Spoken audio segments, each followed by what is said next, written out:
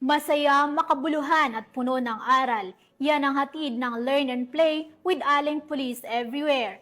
Isang espesyal na araw na inorganisa ng PNP Women and Children Protection Center para sa mga piling mag-aaral ng P. Bernardo Elementary School sa Quezon City.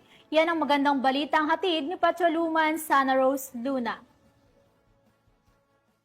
Playdate with Aling Police Everywhere. Ito ang tema na handog ng mga kapulisan ng Women and Children Protection Center o WCPC sa mga batang kindergarten nitong Miyerkules sa Camp Crame, Quezon City. Sa pamumuno ni Police Brigadier General Portia B. Manalad, hepe ng WCPC, kasama ang mga tauhan ng Anti-Violence Against Women and Children Division sa pangunguna ni Police Lieutenant Colonel Andre Didi C. Abella, ay matagumpay na nairaos ang nasabing aktibidad na kinabibilangan ng mga batang mag-aaral ng kindergarten, edad 4 hanggang 6 na taong gulang kasama ang kanilang mga magulang at guro mula sa paaralan ng P. Bernardo Elementary School. Ang layunin ng nasabing aktibidad ay mas mapaigting ang ugnayan ng kapulisan sa publiko at magsagawa ng interactive activities na mas magpapalapit sa mga mamamayan, lalo na sa mga bata, kung kaya't nagsagawa ng isang educational tour sa PNP Museum.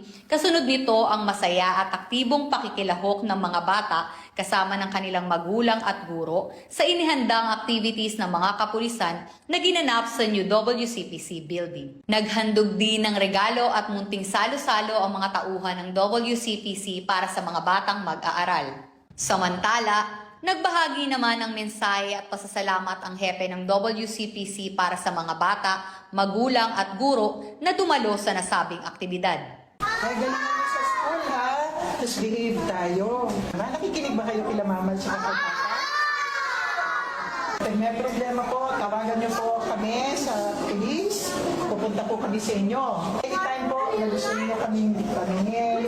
Nandito po sa mga ipamimigay namin yung mga telephone numbers namin, yung aming Facebook account. Itinitext po kailangan ninyong kausap para sa pangangalaga at pagprotekta sa ating mga anak. Ang tanggapan ng Women and Children Protection Center ay bukas at laging handang tumulong sa mga kababaihan at kabataan kasabay ng pababalik eskwela nitong nagdaang buwan ng Hunyo. At kung may nais kayong isumbong kay Aling Pulis, maaari kayong tumawag o mag-chat sa aming WCPC helpline. Mula rito sa PNP Women and Children Protection Center, ako ang inyong PNN Correspondent Patrolwoman Sana Rose Luna, alagad ng batas, tagataguyod ng Balitang Pulis.